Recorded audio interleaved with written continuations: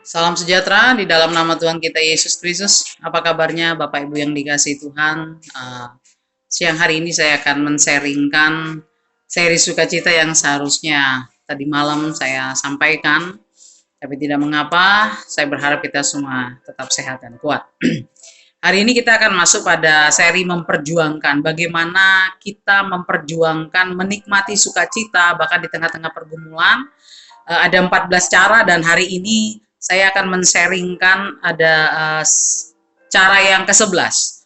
Salah satu cara bagaimana kita meraih sukacita dengan mempertautkan diri kita dengan kebenaran firman Tuhan. Dan saudaraku, yang ke-11 ini adalah poin yang cukup sangat general dan manusiawi, adalah beristirahatlah yang cukup, berolahragalah yang cukup, dan makanlah yang sehat.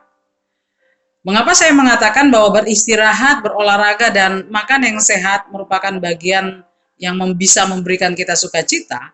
Karena saya menikmati hal itu di dalam kehidupan ini. Saudaraku yang dikasihi Tuhan, saya menaruh ini di nomor 11, bukan di nomor 1 ya. Tetapi ini merupakan sesuatu yang penting dalam kehidupan kita, di mana kita ini mengikuti desain yang sudah Tuhan atur dalam tubuh jasmani kita. Saudaraku, apa yang kita makan dan bagaimana kita beristirahat, saudaraku yang dikasihi oleh Tuhan Yesus Kristus, itu sedikit banyaknya mempunyai hubungan ya antara tubuh dan roh kita ini, sedikit banyaknya mempengaruhi, saudaraku ya. Memang kalau secara detail mungkin kita mengatakan apa hubungannya roh dan tubuh, tetapi selama kita masih hidup, yang saya alami dalam hidup saya adalah itu ternyata mempunyai pengaruh. Beda dengan orang yang sudah meninggal, saudaraku. Seperti papi saya dan mami saya, roh mereka sudah ada di surga, bersuka cita di dalam tempat penantian sampai Tuhan datang nanti. Tapi tubuh mereka ada di kuburan, yang satu di kilo 2, dan yang satu di kilo 15. Tetapi roh mereka berhadapan dengan sukacita pada saat ini, saudaraku. Tapi berbeda dengan kita, tubuh dan roh kita yang masih menyatu ini terkadang saling saling berkaitan. Saudaraku yang dikasihi oleh Tuhan Yesus Kristus, dari mana saya bisa memberikan contoh? Pada waktu saudara malu, waktu saudara takut, badan saudara bisa bergetar, ya. Itu artinya bahwa antara roh dan tubuh jasmani kita ternyata mempunyai sangkut paut, ya. Pada waktu Anda ketakutan sedemikian rupa, itu akan mempengaruhi jasmani Anda. Dan itu ada sebagai salah satu contoh bahwa ada pengaruhnya. Nah, saudaraku yang dikasihi oleh Tuhan Yesus Kristus, satu hari saya merenungkan tentang buah roh, yaitu salah satu buah roh itu adalah kesabaran. Pada waktu saya merenungkan itu, saudaraku yang dikasihi Tuhan, saya berkata, Tuhan, saya ini adalah orang yang kurang sabar. Dan memang itu, saudaraku, orang di rumah di pastori pasti tahu, saya adalah orang yang sebenarnya kurang sabar. Nah, saya mohon Tuhan, Engkau memberikan itu kesabaran kepada saya, seperti Engkau memberikan itu kepada orang lain. Tapi dalam perjalanan hidup ini juga, saudaraku, saya mencoba memikirkan dan merenungkan satu hal, dan membuat sebuah seperti percobaan begitu, bahwa ternyata ketika saya beristirahat cukup, ketika saya punya tidur yang cukup, saudaraku, karena saya relatif tidur saya sangat kurang setiap hari. Ketika saya mempunyai jam istirahat yang cukup, itu membuat saya lebih fresh, membuat saya lebih tenang, dan kadang-kadang membuat juga saya jauh lebih sabar. Tapi saya juga memperhatikan ketika saya sedang kurang tidur, bisa nyaris dalam satu hari mungkin cuma 4-5 jam saya tidur, itu relatif saya punya tensi itu lebih gampang naik, nada suara bisa lebih tinggi, memikirkan sesuatu bisa lebih tegang dan kurang rileks. Dan suatu hari saya duduk di meja belajar saya dan saya merenungkan, saya berkata, Tuhan, mood saya ditentukan oleh banyak sedikitnya saya beristirahat.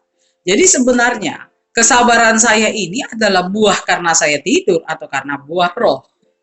Saudaraku yang dikasihi Tuhan, ini bagi saya melemparkan pertanyaan buat diri saya, itu pertanyaan yang mendalam buat diri saya sendiri, saudaraku. Tapi dari situ saya menyimpulkan bahwa ternyata salah satu yang membuat kita fresh, salah satu yang membuat kita juga bersukacita adalah ketika kita bisa beristirahat dengan cukup, lalu kita juga bisa berolahraga sehingga fungsi-fungsi otot, fungsi-fungsi tubuh kita ini bisa berfungsi dengan baik, saudara yang dikasih Tuhan, dan kita juga belajar untuk bisa coba makan sehat. Makan sehat itu bukan makan mahal, saudaraku, tetapi makan yang sehat, yang sesuai dengan apa yang dibutuhkan oleh tubuh kita. Nah, saudaraku yang dikasih Tuhan, ternyata dari situ saya melihat bahwa ternyata kita ini manusia membutuhkan tidur, ya. Ternyata kita membutuhkan tidur, dan dari pertanyaan saya ini bisa menjadi lebih fresh, lebih tenang, saudaraku, bahkan lebih sabar menghadapi anak-anak terkadang ketika saya tidur cukup, lalu saya berkata kepada Tuhan, ini sebenarnya apa? Dan saya menemukan satu makna teologis, saudaraku, satu makna teologis, dan jawabannya adalah bahwa saya bukan Tuhan. Saya bukan Tuhan, dan Anda juga bukan Tuhan. Makanya saya dan Anda memerlukan istirahat, memerlukan tidur. Saudaraku, percayalah, sepertiga dari hidup kita ini adalah dalam ketidaksadaran, yaitu pada waktu kita tidur. Sepertiga. Dan Tuhan memang men-set manusia itu butuh beristirahat. Alkitab banyak menuliskan bahwa beristirahatlah, saudaraku. Bahkan dia memberikan semua anugerahnya kepada yang dicintainya pada waktu tidur. Artinya apa? Artinya tidur itu adalah sesuatu yang kita perlukan. Saudaraku yang dikasih oleh Tuhan Yesus Kristus, di sini kita harus cukup rendah hati. Kita harus rendah hati mengakui bahwa kita bukan Tuhan dan kita perlu tidur. Dan pada waktu saya dan saudara tidur beristirahat, percayalah dunia ini tetap berjalan dengan baik walaupun Anda tidur dan Anda tidak sadar. Dunia ini tetap berjalan dengan baik. Sedangkan Anda dipanggil Tuhan saja, saya dipanggil Tuhan saja, dunia ini tetap akan berjalan dengan kontrol Tuhan, apalagi kita cuma tidur. Dan itu merupakan bagian yang diset oleh Tuhan, dan ternyata dari situ juga kita bisa menikmati sukacita, kita bisa menikmati kesegaran yang daripada Tuhan, yaitu lewat istirahat dan juga lewat berolahraga. Karena kalau saudara mempunyai pekerjaan seperti saya, saudaraku, yang lebih banyak duduk membaca, merenungkan, dan mempelajari eksegesis dan lain sebagainya, saudaraku, maka saudara harus memerlukan olahraga yang menggerakkan otot saudara. Ya, Tuhan tidak memberikan kita otot lalu hanya untuk duduk 12 jam seperti ini, tentu tidak, saudaraku. Tapi saya bersyukur, sekalipun pekerjaan saya membuat saya sering duduk untuk membaca dan belajar, tapi saya juga bersyukur, saya juga sebagai ibu rumah tangga, sehingga saya juga harus berdiri, jalan ke sana kemari, memasak, dan kemudian mencuci, saudara yang dikasih Tuhan, dan melakukan kegiatan-kegiatan membersihkan rumah, bahkan membersihkan gereja yang cukup besar, ruangan di tempat saya tinggal ini, dan itu membuat saya bisa menggerakkan otot-otot saya, dan ternyata itu mendatangkan sebuah kebaikan dan mendatangkan juga kesegaran.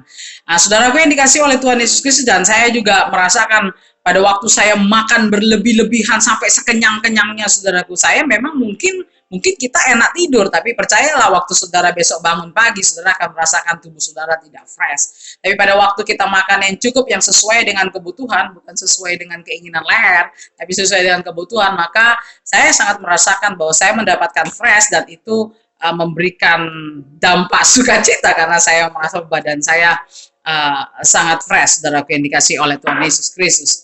Dan terkadang kondisi tubuh ini juga menjadi alarm yang harus kita perhatikan dalam hidup kita.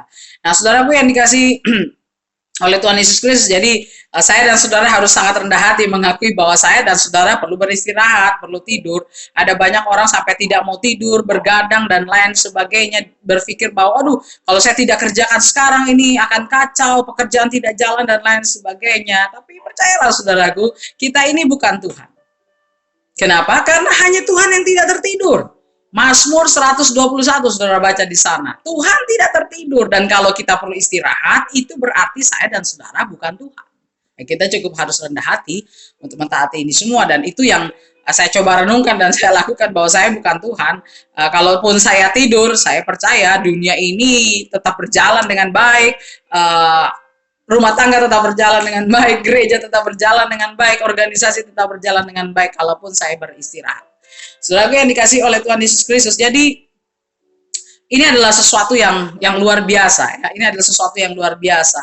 Tuhan memberikan kesabaran itu merupakan buah roh, tetapi perbuatan Roh Kudus itu ada pekerjaan secara langsung, tetapi ada juga pekerjaan Roh Kudus yang melewati sebuah proses. Nah, saya beri contoh pekerjaan yang secara langsung. Pada hari-hari ini saya yakin, dan itu yang menjadi doa saya dan tentu doa kita semua, saudaraku, Roh Kudus bekerja memberikan kesabaran pada para medis, para dokter, para perawat yang ada di garis depan hari ini untuk menangani banyak orang sakit yang ada di rumah sakit secara khusus dalam wabah corona ini. Roh Kudus akan bekerja secara langsung, yaitu memberikan kesabaran, sukacita kepada mereka. Kenapa? Karena mereka bisa 1, 2, 3 hari tidak tidur, bahkan mereka tidak pulang, bahkan mereka cuma tidur di meja sebentar dan harus bangun lagi, bahkan mereka ada yang tidak pulang, saudaraku yang dikasih Tuhan. Nah, saya percaya dalam kasus ini Roh Kudus, kasih karunia Roh Kudus akan bekerja secara langsung memberikan kesabaran kepada mereka, dan itu juga doa saya. Dan kita melihat ada banyak dokter-dokter yang tetap dengan sabar, bahkan salah satu dokter Gunawan Handoko itu yang kapan itu juga sempat sakit, yang sudah 80 tahun memberikan hidupnya. Saya yakin itu pekerjaan Roh Kudus secara langsung. Dalam usianya yang sudah lanjut usia, dia tidak berpikir, wah saya sudah tua, kalau saya tetap ada di tim medis, saya lebih gampang kena corona. Tapi saya yakin Roh Kudus bekerja secara langsung dalam hidupnya, sehingga dia punya sukacita, dia punya kesabaran, walaupun dia pada akhirnya juga terkena, tapi puji Tuhan sekarang dia sudah sembuh lagi, saudaraku. Itu adalah pekerjaan Roh Kudus secara langsung, memberikan kesabaran, memberikan sukacita, walaupun kurang beristirahat, dan itu menjadi doa kita untuk para medis. Tetapi bagi saya dan saudara yang bukan ada di garda depan, maka salah satu bagaimana kita mendapatkan sukacita, kita bisa mempunyai kesabaran, dan kita juga mempunyai kefreshan dalam hidup ini adalah salah satunya dengan kita mengikuti proses, yaitu kita beristirahat yang cukup, dan kita juga perlu berolahraga, saudara, supaya fungsi-fungsi tubuh kita ini dapat berjalan dengan baik. Saudara bisa jogging dan lain sebagainya, apa yang saudara bisa lakukan di rumah, ya. Saya percaya saudara naik turun tangga itu juga latihan, sebenarnya itu juga cukup bagus, ya. Kita bisa melihat kasih karunia Tuhan secara umum dan secara khusus. Waktu saudara ada di alam, ya, waktu saudara jogging, saudara berjalan-jalan, saudara menikmati suasana sore, contohnya dalam keadaan yang stabil dan normal, saudara bisa mendengarkan suara desau air terjun, saudara bisa mendengarkan suara angin dari pohon-pohon, saudara juga bisa mendengarkan getaran-getaran yang dihasilkan dari suara musik. Itu semua membuat saudara lebih fresh, lebih sukacita dan senang. Saudara tahu, itu adalah pekerjaan Roh Kudus yang merupakan kasih karunia secara umum. Dan waktu saudara menikmati alam semesta ini yang merupakan kasih karunia umum, saudara akan digiring untuk melihat kasih karunia Tuhan yang menyelamatkan kita, yaitu pencipta alam semesta. Alkitab berkata bahwa dari alam semesta engkau bisa mengenal Tuhan. Saudara yang dikasih Tuhan, demikianlah sharing kita hari ini. Dan secara khusus pemerintah menginginkan dan merekomendasikan kita banyak beristirahat, banyak makan yang sehat, pola hidup, dan juga berolahraga ringan di rumah. Dan dari situ kita menikmati sukacita yang daripada Tuhan. Demikian firman Tuhan. Tuhan memberkati kita semua. Tetap semangat. Indonesia diberkati oleh Tuhan. Amin.